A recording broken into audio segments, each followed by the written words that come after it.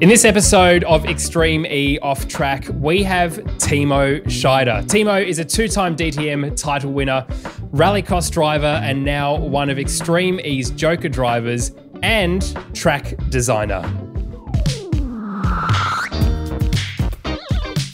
Hello there, my name is James Baldwin, and welcome to another episode. It's great to have your company, and I'm joined, of course, by my friend and yours, Michael Laminato. Hello there, mate. Yes, still have only one friend so far, but we're accumulating them as the episodes go on. It's good to be back for another episode of Off Track. Well, we're recording this after the Arctic X-Prix, and this is really, really exciting. But of course, the chat that we've had was before the Arctic X-Prix, and Timo gave us a couple of tidbits, didn't he, in terms of how rough the track would be. I don't think he did himself justice, to be perfectly honest, Michael, did he? No, I think he underestimated his own powers, because if you want to know why this track was so destructive for the cars, why it was such a challenge for the drivers, well, you're about to meet 50% of the problem, if you like, here in Timo. And of course, he continues to design the circuits. He continues to be on the team designing the circuits. And I can't wait to see, because we've also been told the terrain for the upcoming X-Prix in Sardinia is also very challenging. I think rugged is one of the words that has been expressed. So we can only expect more of this. Well, let's get into our chat with Timo Scheider.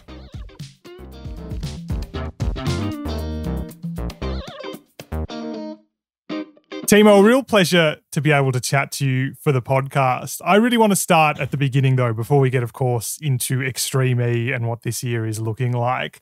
I really want to start from the beginning. Tell us about growing up in Germany, of course, and your very first experience of racing. Well, first of all, thanks for having me. It's also pretty cool to chat with you guys now.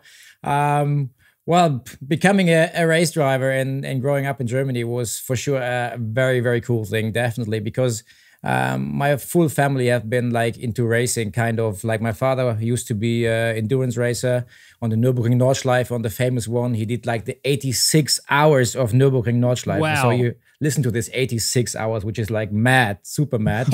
And yeah, I had this racing thing in the family. I have two older brothers. One of them was racing in karting, but back in, let me think, it was 80.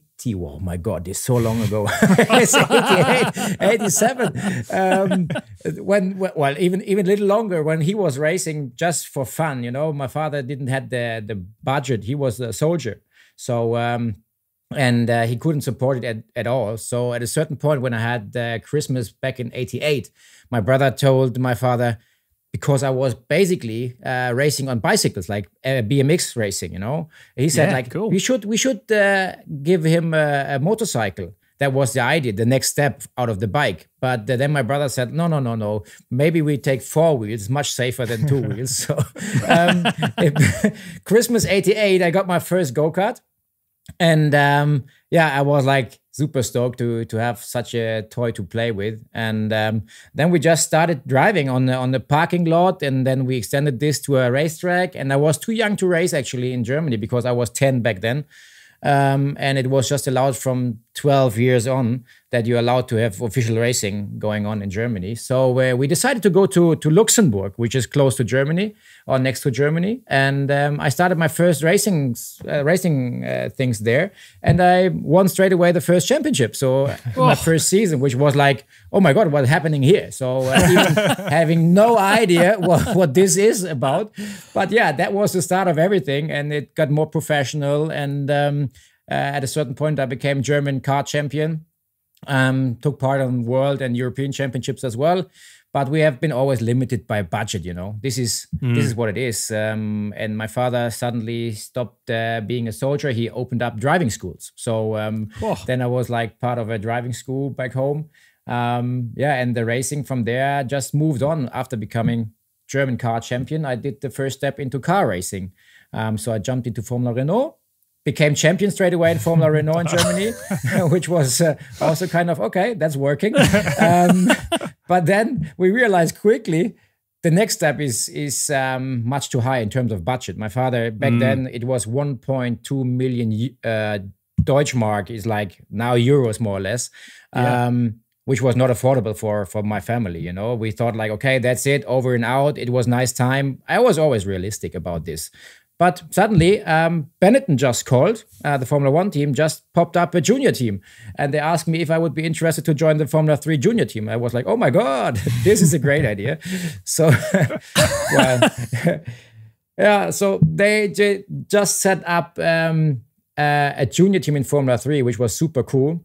The basic idea was the same. I don't know if you know, but Michael Schumacher, Heinz-Harald Frentzen, and Wendlinger, they have had Jochen Nerpasch back in the time as management in the Mercedes junior team. And the same manager, Jochen Nerpasch, did this as well in 97 for us. I was one of the three in Formula 3 then. So, yeah, the idea was one learning year and then championship year in the second year. Yeah, but I was fighting for the championship with Nick Heidfeld straight away in my first year again. So things have been like much quicker than expected for sure. And then I signed a management deal with Willy Weber, the famous Willy Weber, who was manager of Michael and Ralf Schumacher. Yeah, and from there on, everything went the way that back in 2000, I decided to. Well, not I decided, but I had no chance to move up to Formula 1 because I was still covered in this junior program with Jochen Nerpasch. And Flavio Briatore told me after my first season in Formula 3, you now need to come to Italy. You're becoming a Formula 1 test driver. We sign you now, and the target for sure is to become the full-time driver then in 99. But I couldn't get out of the contract. So I was in the contract, which was like still with Willy Weber and this circumstance I had. So it was a bit unlucky back then because that was my first Formula 1 chance. So and then I had to find somehow solutions, and that's why I was like start talking to Opel back then because the new DTM just popped up in 2000. And I was trying just to get something done because I had no money to move up to Formula 2, which was Formula 3000 back then. So even having the biggest name in management, we couldn't achieve anything. I have had some McLaren testing and stuff going on, which was good. But the step just to make it was not possible. So I made it to DTM, and I don't know how long you want me to speak, but I couldn't make ages out of this. But keep going. It's great. all right. So if you're fine with it, just explain you the last couple of moments I had. So I was then back in 99, I was praying to Volker Stritzek, who was the motorsport boss of Opel back then. And I was in connection with Opel because I run Opel engines in Formula 3. So, and I told him, give me the chance in a DTM car. And he was just laughing about me. He said, well, guy, you are a single-seater. What the hell are you trying to tell me? Well, I just need a chance, give me a try, please. And he was just laughing all the time. And he was like, come on, be realistic. This is nothing for a single-seater driver. And I was like, okay. And I was like thinking, no, you have to give me a chance. You have to give me a chance. So I was treating him quite badly for 2 weeks. At a certain point, he said, come on. Okay, you get a drive. And I was like, oh my God, now we're done. So I was then the junior beside like the big names in touring car in Europe and Germany, like Manuel Reuter, Jochen Winkelhock, and all those big names, Bernd Schneider on the grid and stuff like this. So all these big names where I was like, 10 years before I was cheering for those guys because I was fan of ITC and DTM and stuff. Yeah. And suddenly I knew, okay, I will be part of the grid. And then I had my first try, Hockenheim 2000, and I qualified P3, my first qualifying. So I was next to Manuel Reuter, same lap time, on the same hundreds with Manuel Reuter and Bernd Schneider on pole. So that was a great thing. I left the first weekend being the best positioned Opel driver in the championship after the first weekend, running P3. So that was the start of DTM. And after this, it was a long story in DTM with Opel, then with Audi and contracts which haven't been made, even though I have signed those and stuff like this. But for sure, the highlight was the championships I took with Audi in 2008 and 2009. And now I'm here. So just to make it a little short, because I'm talking for 8 minutes already. Sorry, I love guys. that you almost didn't want to include your DTM career there. You stopped right before the DTM in the championships, which is an incredible point to have broken up that story. But I'm really interested in that junior career part because It almost sounds like it happened as an accident. Like, you got your first racing in a technicality by racing in Luxembourg. You're not even meant to be racing at that age. Did you have a plan to get to where you eventually got to in, not necessarily DTM, but let's say the top of racing? Or was it just all a bit of a let's see? Never ever. It was always, I grew up like this to be super realistic with racing, because I knew the budget background we've had was super rare or low, how you call it. So I knew we can have some driving activities for sure till a certain point. So my father invested quite some money when we started the Formula Renault and karting, but we are talking about like 80,000 to 100,000 euros, which is still a lot of money for normal people. And then I was always realistic that things just can happen if something special happens to me, and I perform well and I meet the right people, which is always the case. Even though being a talent, you have to be at the right time at the right spot and talk to the right people. And this just happened, luckily. So like you said, it was like an accident somehow that everything ran this way. But it couldn't have been, Timo, an accident that you were driving so quickly to win your first championship, really, in the go-karting, and then to step into Formula Renault as well. I mean, surely the talent was there. Did the rest of your family, your brother, you said, was in a kart as well, did he have an opportunity to perform as well, or were you the most successful out of your family group? Well, I have like two older brothers, like I told you, and they are already like 10 years older than I am. So, and they are both close to 2 meters tall. So actually, karting was just a fun thing, Even though they are also talented. So when we have had some private driving with cars and karts on a normal track, they've been also quite quick. But there was never the intention to go professional racing. And just the budget was also always a problem. So they quit this quite quickly, and they concentrated on normal jobs they have found on the road, but no racing at all. So supporting me, one of my brothers was like my mechanic till I was in Formula 3. So he was my main mechanic. He was supporting every single meter I've done, like my family till now. Even now, my family is traveling to all races where I'm attending or doing something, which is still super cool. My father turns in 2 weeks, he turns 80. And so he's still super enthusiastic, and my mother as well. And they love being on the racetrack. But they are those kinds of parents, like being in the background in the camper van, just supporting the son and sending a message like, well done, or what happened, and stuff like this. So it's super cool to have them, to have such a support since I'm 10. Love that. One of the things I find really interesting about talking to racing drivers is that they often do have an early story. Of course, they have an early story of success. You can't become a racing driver without winning things. But it almost seems like, you got in a kart, of course, and then you won. Then you moved up to the next series and you won championships, and you continue to win championships like that. Where does it come from? How does that, do you think it's genetic, or where does that ability seem to come from for you to be able to immediately take those steps? Well, to be honest, that's a good question. For sure, there's in genetic, for sure there is something, and for sure the basic talent has to be there. If this is not there, then for sure this will not happen. For sure, you can achieve a certain amount of performance or level in your into your life as a race driver, but at a certain point you come to limits, and this is not just done by work and support and stuff. This is also a bit of talent, and this for sure needs to be there. Otherwise, the big success pretty sure is not happening. And therefore, I'm quite happy that I have these skills, when you call it skills, to react quickly on things. Whatever I tried, I have my son, my oldest son. My oldest son turns 18 next week, actually.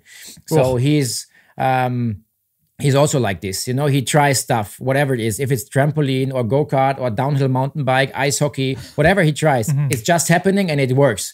And this is a good skill somehow, but it's also bad on the other side, because you don't have to work as hard to get to a certain point, and it's already boring before you kick in, you know. And this is sometimes not so easy. So luckily I had this passion for the motorsport route, and I kept working and tried to improve myself and my surrounding as good as I could. And like I just said, there is like for sure some special skills needed to come to the top.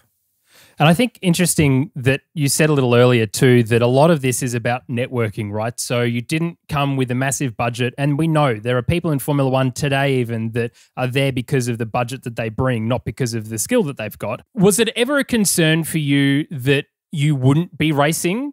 So could you ever see yourself doing anything else? Or were you actually in that 2-week period, you're like, no, I need to be doing this because I just can't think of doing anything else?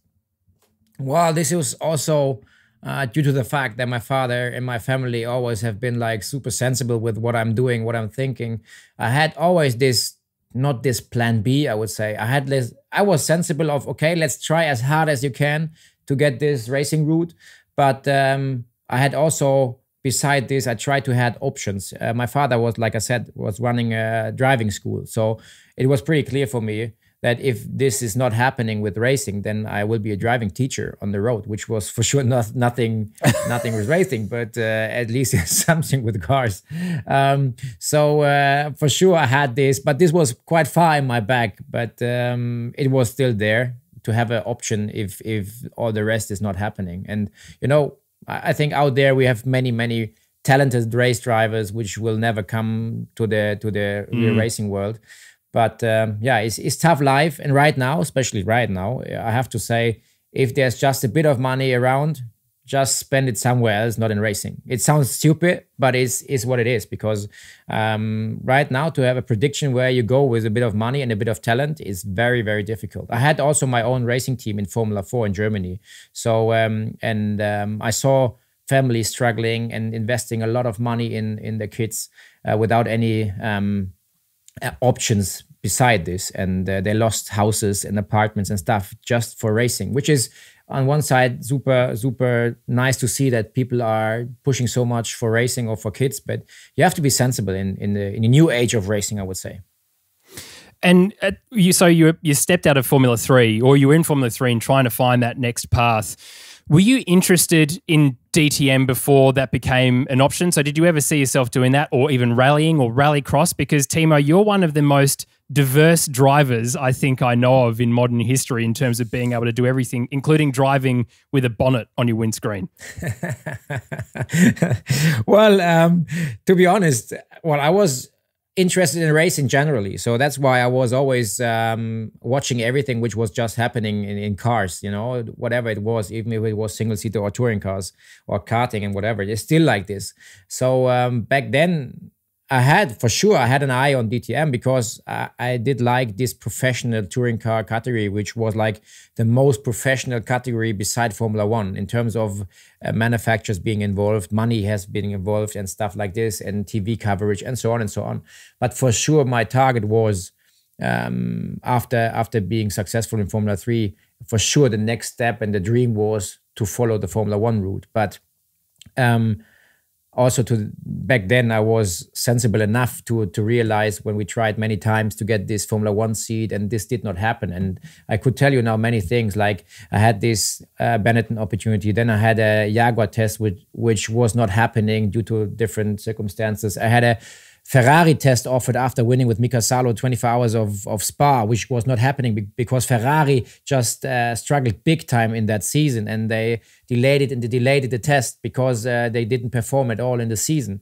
So, and I had a Force India offer for 1 year, which I didn't took because I was one of the best back then in 2.8, 2.9 in DTM. So I had my clear salary focused on DTM, and they offered me 1 year for driving, and I said no. And stuff like this was around me with Formula 1. So I was, on one side, I'm for sure it's a bit disappointing that I never made it to Formula 1, no question. But I realized as well that in life, everything is for a reason, right? And that's why I thought, okay, that's probably not my route. This should be maybe this in touring cars and stuff. Other stuff will happen, which will suit me.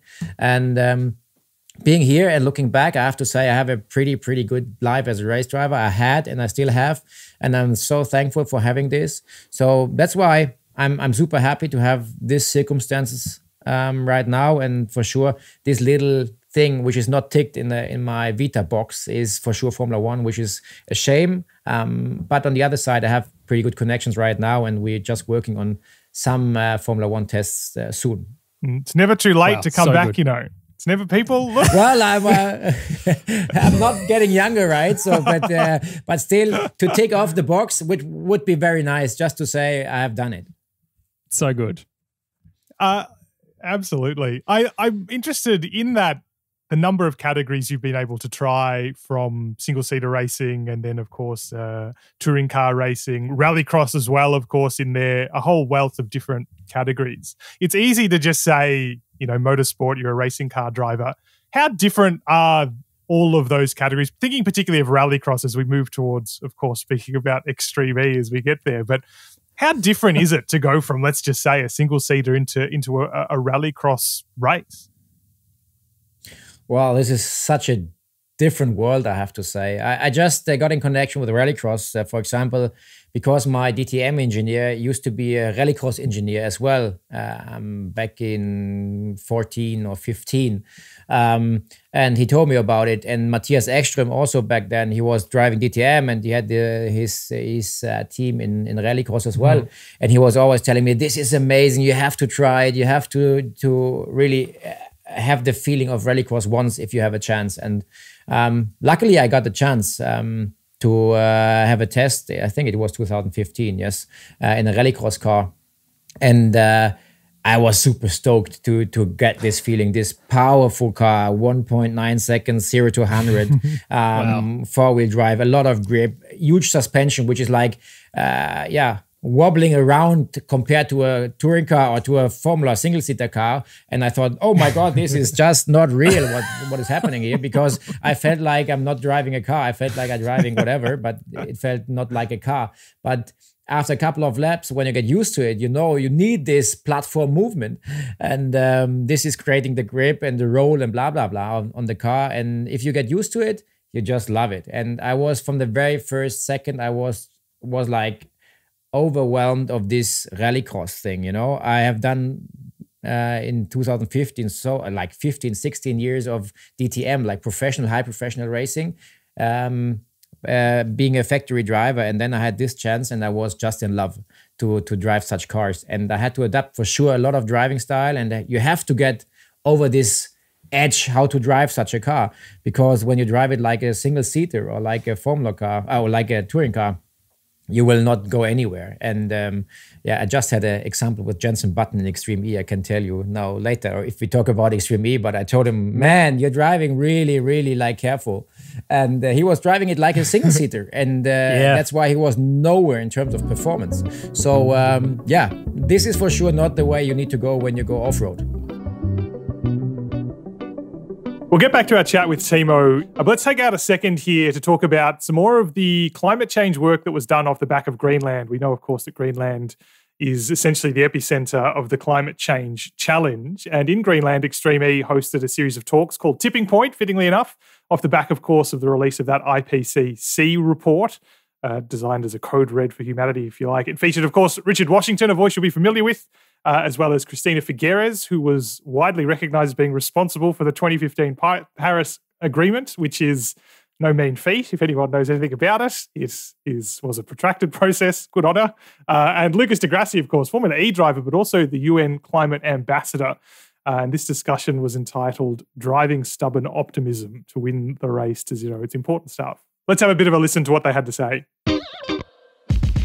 And it's so exciting that Alejandra has had this incredible vision of bringing electric racing together with the global understanding of climate change, because it just, as Peter has said, it just helps so much to understand something that otherwise would be very complex. The fact that this report for the first time puts forward a very, very compelling and clear alarm bell on climate change is actually quite amazing. It means that science has, frankly, and I say as a former and surviving diplomat, science has triumphed over politics because the political voices were not able to water down the very clear language that scientists wanted to give us. So there are two, you're welcome to read thousands of pages if you want, but I will give you the summary, my summary anyway.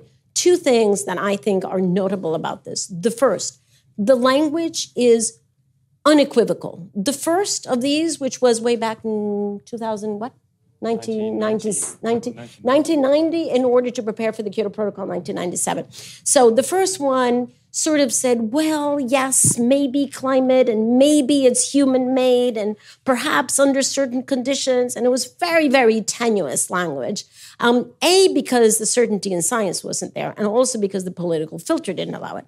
Now the science is absolutely clear.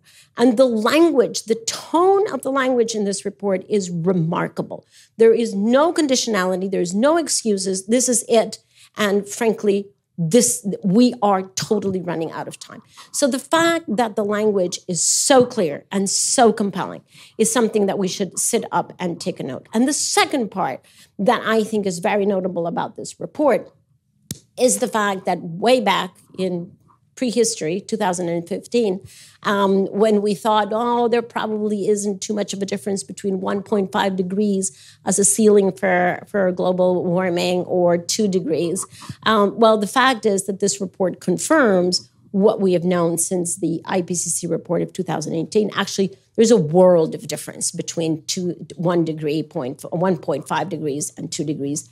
And furthermore, for the first time, scientists tell us very unequivocally that we stand before the threat of of surpassing the threshold of 1.5 degrees, not in 2050 or at the end of the century, but rather somewhere between 2030 and 2040, as soon as that. So the urgency of actually acting on climate has never been clear, has never been as urgent. And what that actually means is that this decade, before we get to 2030, is what we call the decisive decade, because it's in this decade that we shall determine whether we're able to get on track with addressing climate change or not. Which is why technology is so important, right? Because we all know that policy is important, but governments are notably slow, not exactly racing to the top. Governments are slow. We all know that financial shifts are important.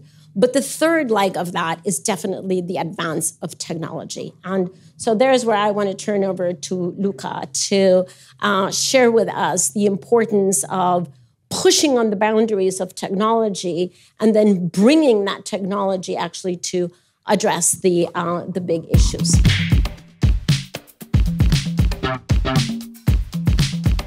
So thank you, Christiana. First, I'd like to say that I always had this dream of becoming a racing driver, but Alejandro, with his vision and with his will to make Formula E, he has been doing that for 10 years now, and I've been on his side, and he served to me as a big inspiration. And I managed to put my purpose with my passion together and do what I love, which is race, together with the purpose of making the world a better place through technology. I think Alejandro said that we serve a platform, Extreme E serves as a platform for 20 million people, but also motorsport serves as a platform to develop technologies. You guys take for granted seat belts, disc brakes, ABS, they were all developed in racing. And the biggest problem we have to solve right now is to get the variable of sustainability into the equation of how to solve problems in society. So we cannot just say, stop doing that, don't do that. People don't do that for free. We have to use technology to embed sustainability into every layer, into every industry, in a way that the rational decision is actually making sustainability. And we can only do that creating value, solving problems, and using technology to advance the world. So that's what I love about what has been done in Formula E and what we are doing in Extreme E, because we are pushing also the technology. We are pushing the boundaries of what has never been done before. Never an electric car has driven in conditions like today. Never in history. And we see the car breaking down here and there, and these will be fixed, and these solutions will be embedded in the future products. And then people will be more confident to buy their electric cars. So, and when the electric cars, and why we are going through this revolution right now, is because electric cars, the total cost of ownership. So when you buy an electric car and the total cost of using it, on average, is already cheaper than a combustion car. So even for developing countries like Brazil and Brazilian, the technology, only with the technology, we are providing a solution that will make, for example, mobility cheaper with electric cars and sustainable at the same time. Then you have massive adoption. Otherwise, it's very hard. And so my question back to you, Christian, is what is the role of the developed country to push the boundaries of, or push the legislation and the technology forward so the whole world can look at something as a direction in terms of policy? Earlier, Christiana pointed out that we're right now at the tipping point in the possibilities that we have. Time's closed out on it. This is a decade. We lose this chance and we've had it. If we sit here, then the Greenland ice sheet will melt past us. So, judgment call. Are we going to make it? Are you optimists? You go first. No. I want to see what... We are so going to make it because we don't have another option, okay? Now, here's the question. Someone asked me this question, some journalist asked me the question this morning, and I said, I'm going to ask you a different question. If your child is walking across the road and you see a bus coming at your child, will you not do absolutely everything to throw yourself there and rescue that child? And the answer from the journalist was yes. That's exactly what we have to do right now. The bus is coming at our children, and it's coming very fast. So there is no option here but to throw ourselves into this and actually, yes, address this on time and at scale. No other option. What can I say? I'm a bit more skeptical. I think no, let me take the microphone away now. What frustrates me a lot is the state of democracy in general and how populism not necessarily aligns with what needs to be done on the long term for the world. Populist visions in the world, in any country, they tend to be short-sighted and short-term because that's how you get re-elected. So I haven't seen any data that suggests that we are going to the right path since the Kyoto meeting in 1997. Emissions are still going up. Paris Agreement and 26 COPs later, emissions are still going up. So I believe by using the platforms like Extreme E and education, I hope that's the only way that we can actually have a chance. And we just have to work and hope for the best. No way. We cannot hope for the best, Luca.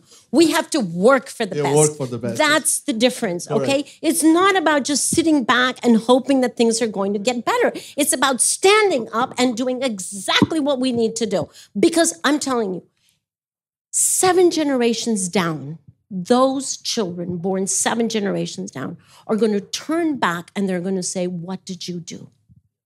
What did you do? And if anybody says, I did the best I could, bullshit, okay? It's not about doing the best that we can. It's about doing what is necessary. And the difference between those two things, therein lies the future of humanity. If you want to hear the full chat entitled The Tipping Point, you can go to the Extreme E YouTube channel, have a search for it, and you can hear more from Christiana Figueres, Lucas di Grassi, Richard Washington, a whole bunch of other people were contributing to that chat. But, of course, for the time being, let's get back to our chat with Timo Scheider. Wow, I mean, he's got so many accreditations really to talk about, isn't he? You know him as a driver, as a track designer, the Extreme E Joker driver as well, waiting for his opportunity to get in there. Only someone would forget their keys on the way out of the house or something like that. Leave the iron on, have to go home. You could fill in. One day it'll happen, I'm sure. Let's get straight back into our chat with him. Just before we talk about Extreme E, though, and I mentioned it just before because this is a great footage, Timo, of your bonnet flipping up in the World Rallycross Championship, and all of the commentators saying, "Well, clearly that's him gone." Then no, you just kept your foot in it. Can you just talk us through that? And if you haven't seen this video, guys, pause the podcast now, go and watch it on YouTube, and then come back to it. Because Timo, talk us through that whole thing because that seems amazing. Well, that was quite big. You're right. It was afterwards. It was like people freaking out and talking about it. And for me, basically, it was not as much being inside the car. Yes, it was tricky, but for me, it was clear I have to finish the race. Back at that moment, I was leading the race, and I just wanted to somehow finish it. And it was actually the American Rallycross event in Silverstone. And I don't know, lap 1 or lap 2, I just clipped slightly tire barrier, just scratched it a bit, and the fixation on one side of the bonnet just popped off. And suddenly I had the bonnet in front of my windshield. So I was like, oh my God, shit. And then I realized there was still a small margin of weight looking through the lower area of the front screen. And as long as I was on power, it was all fine. So I could see somehow the road. But the problem was the braking. The rallycross car is quite soft, so the platform movement is a lot. So as soon as I hit the brake, I was just looking to the tarmac, but I couldn't see something around. So that was the problem. So I had to balance the braking somehow to get the car under load, offload, unload, offload, just to see always a bit up and down. So which was a bit tricky, but there was always a chance of finishing the race. So I grabbed it and I managed and finished P2 in that heat.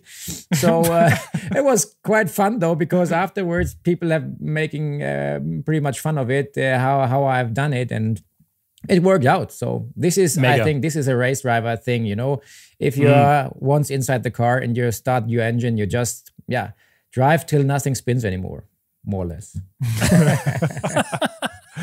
That's versatility right there. If you can drive with this much vision, incredible stuff. Look, let's talk a little bit about, let's certainly talk a bit about Extreme E. It's the Extreme E podcast. But, we've gone through so many different categories, of course, but they're all categories that have existed.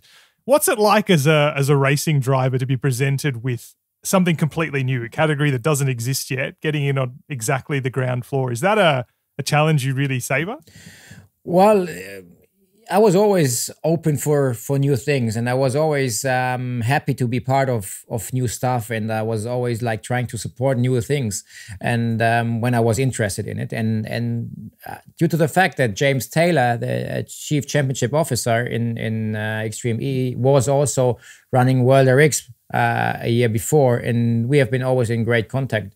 He told me about it, and for sure, and this is one of the things I haven't managed to go there where I wanted to go. I thought okay, I want to do Extreme E as a driver, but it just did not happen because, different things in terms of money are always a reason.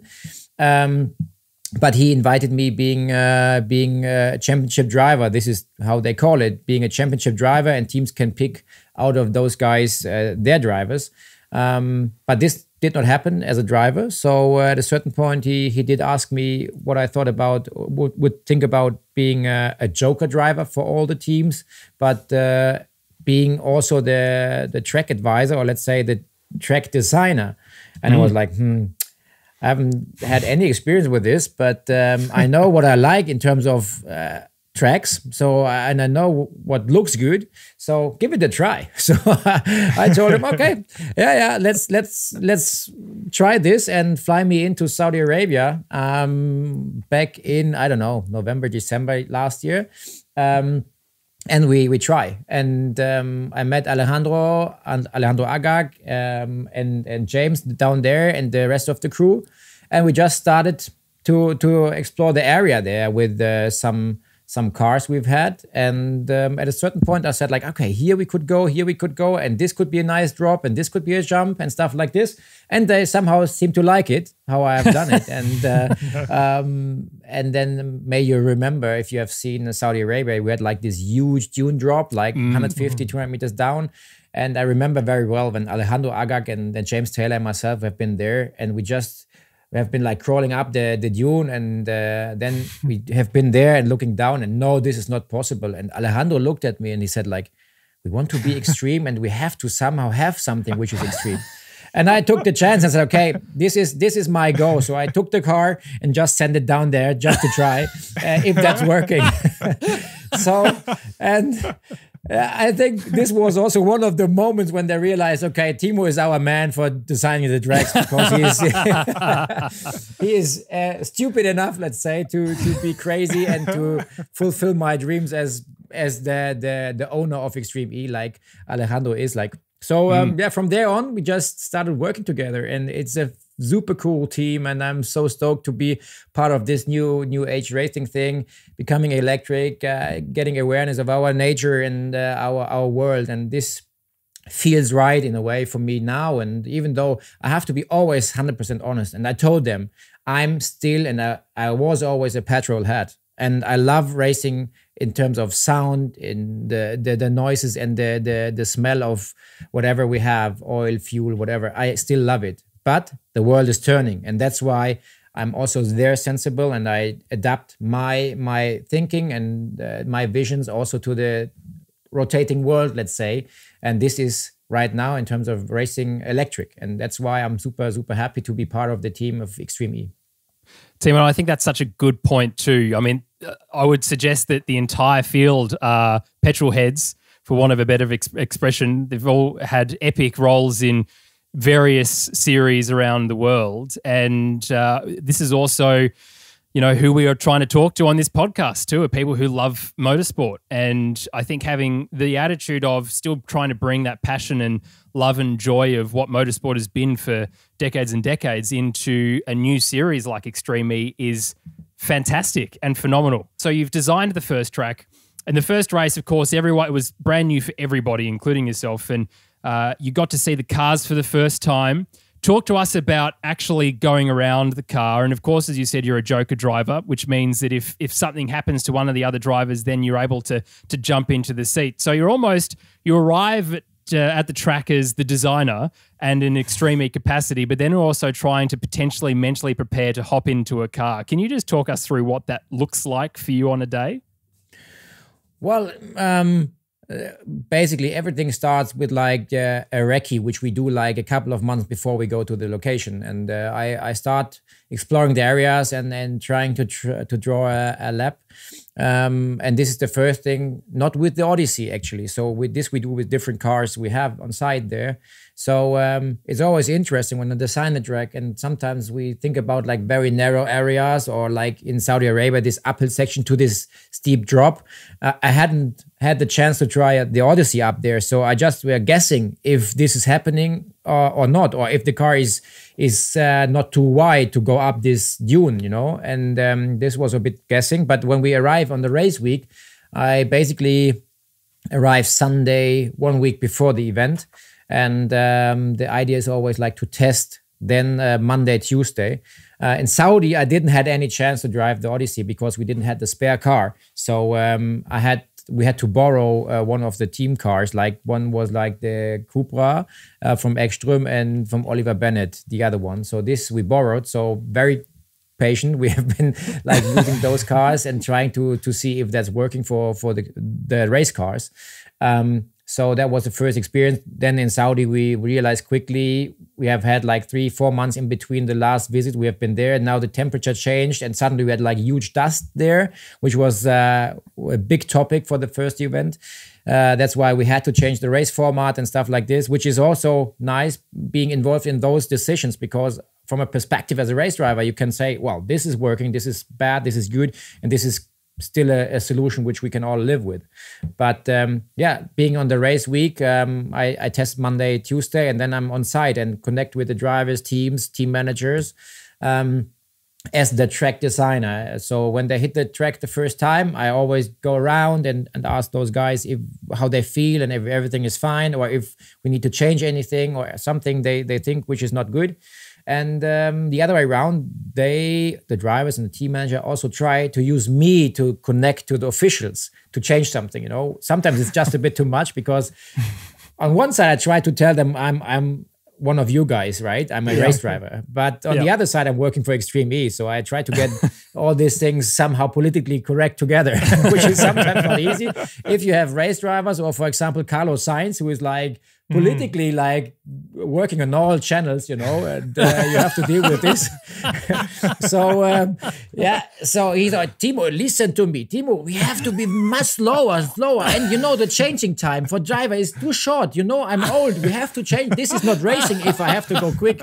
And, and he's trying to change the rules and talking to me because I should talk to the officials that this is shit what we have, or this is maybe something which is not suiting him. So I have to find a balance between which is right, which is wrong, and I really like this situation I'm in now, to be honest. As the championship driver, as we said, there's a guy who, when someone can't race, you're the man. You ever considered, locking someone's hotel bedroom, maybe, changing some flight schedules so they can't arrive on time? Because if you design a great track, surely you want to race it, don't you? Yeah. To be honest, not once. Not just once. Well, the thing is quite clear that team managers, even they know, I'm the only one beside the female Joker driver to have explored the track with the car. Right now I have a test car as well. So before they come, I have had my laps already in the Odyssey. So if you would throw me in for the first quali, pretty sure that it's not too bad, right? So for sure they have also contracts and stuff like this. And you saw when Jutta, my female co-driver or Joker driver, was replacing Claudia Hürtgen in Cupra in Senegal. She did well because we have our laps under the belt. So that means we have more laps under the belt than everyone else before they arrive there. So which is for sure in the beginning of a weekend, or could be a advantage. So if you are smart and maybe you have stomach issues Friday, Saturday, you should probably call me. Good advice, I think. Good advice. On the track designs, we're speaking to you, we should say, before the third round of the championship. So we've seen two rounds already gone. This is brand new to you, as you said, designing circuits. Obviously, long history of racing, and that, of course, helps you know what makes a good track and what doesn't. But how steep's the learning curve been for you designing more tracks? And what have you learned to put into practice for the next couple? Well, for sure, after Saudi, the very first thing was the dust thing, but this we can't actually change. So I just get an area and they fly me into this area and they tell me, well, this is what we have. This is the playground, find the route. And this is the challenge I have. But sometimes you can't change the area, Then you have to deal with things I haven't thought before, like the government and the nature situation, and this tree is not allowed to touch. We can't go too close to the water. We can't do this and that. And you thought like, okay, that's fine. So we go here, and then suddenly something pops up, or let's say the TV connection from the antenna is not working to live broadcasting and stuff like this. So you thought, okay, I'm done. Lap is great. And then suddenly someone pops up. No, we have no connection. We have to change the route. Okay, down there, there's the fish, whatever, living in the lake. So we can't go there. Okay, move the track again. And stuff like this happens till the week we are racing. And this is the reality. And this I had to deal with. And this I'm learning that even though I'm thinking I'm done, I'm probably not done.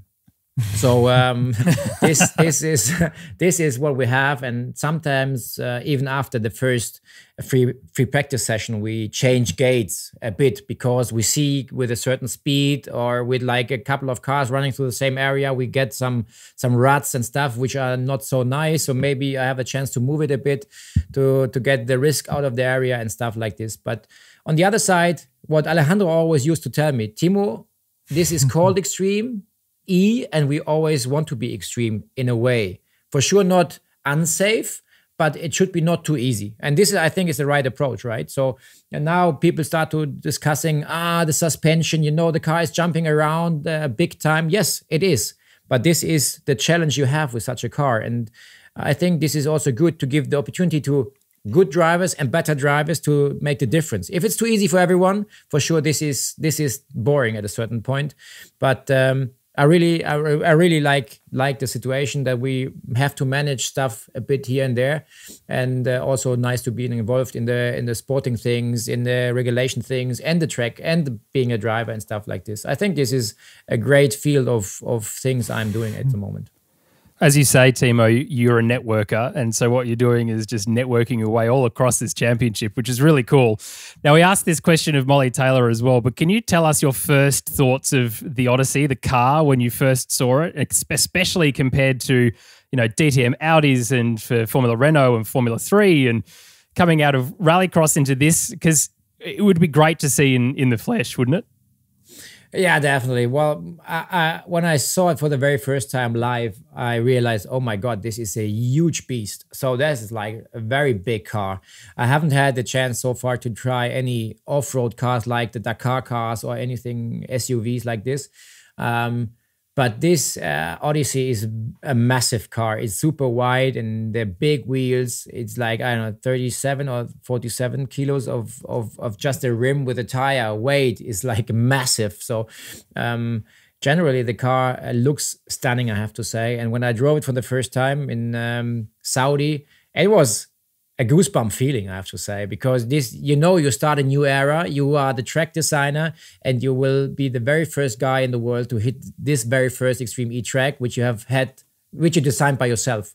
And that in combination was such a great feeling. And seeing all the cars being lined up, like in Rallycross, like we've had last time, next to each other, this kind of racing I'm really pumped off. And I also like the challenge, going as quick as possible, single car around. This is one challenge, but having the side-by-side racing for sure with such big cars in open nature, let's say, in the wild, this is super cool, I have to say. Yeah. Timo, before we wrap this up, of course, we can't not touch on the mission that Extreme E is setting out to achieve, which is to bring sustainability into motorsport. We've touched on it a little bit already.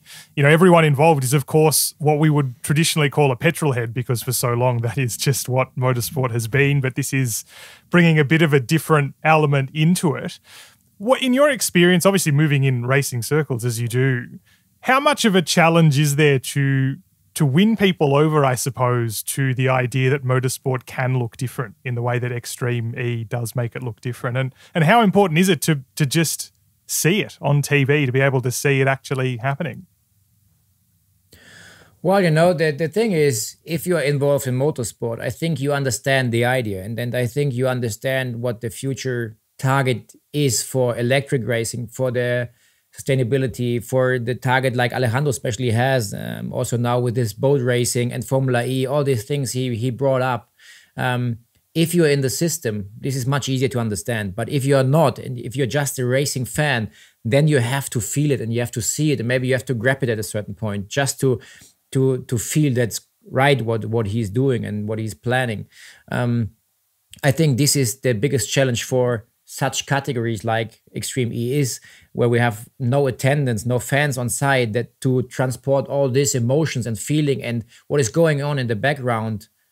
If we have a chance to transport this to the people, is nice, but this is the challenge we have. So all the projects we have had, or the teams and the organizers have in the background, supporting different things, like in Senegal, the schools, the mangroves, planting like 1 million mangroves, and the plastic things. These are things going on, but more in the background. And we have to make people aware of what Extreme E is doing beside this racing. So for me, we use this racing to get the awareness. This is what we try to say, and this is what it is.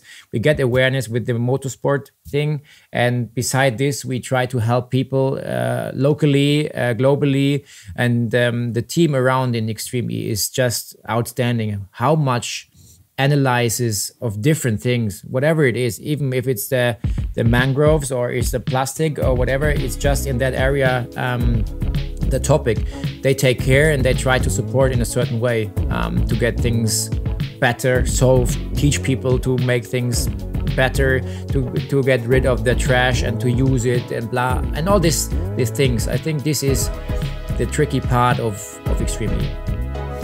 Timo, so good. And yes, indeed, the legacy program's incredibly important, and everything that you've spoken about has been great. It has been a pleasure to talk to you. Thank you so much for your time. Thank you very much, guys. Have a good time, and talk to you soon, hopefully. Great to chat with Timo Scheider, of course, one of Extreme E's Joker drivers, championship drivers, and part of the track design team as well. The man responsible for a very hefty repair bill written up after the Arctic X-Prix. And, well, I can't wait to see what they come up with for Sardinia. Yes, I'm happy to shift some of the blame from the last time we spoke around my commentator's curse, allegedly. To push it on to Timo. No, but what an absolutely great chat that was, Michael. He has such a good story, as we've said offline as well. I really can't wait to just spend some time with him in person. I love, obviously, talking about the time he was driving with a bonnet flipped up on the screen. And it's just, and as I said, if you haven't yet watched it, go back and watch it after this podcast. But an absolute pleasure as well. Michael, who have we got coming up next on the podcast, though? Excellent question with an excellent answer. It's Scott Elkins, the race director for not only Extreme E, you'll have also heard him in Formula E. He's a deputy race director for Formula 1 and Formula 2 and also Formula 3, the full set of formulas. He's an extremely busy man, and I'm genuinely impressed he found time to talk to us. And that is also a great chat. We are being very blessed, Michael, aren't we, with great people to talk to. And look, thank you to you for listening and for watching if you're watching us on YouTube too.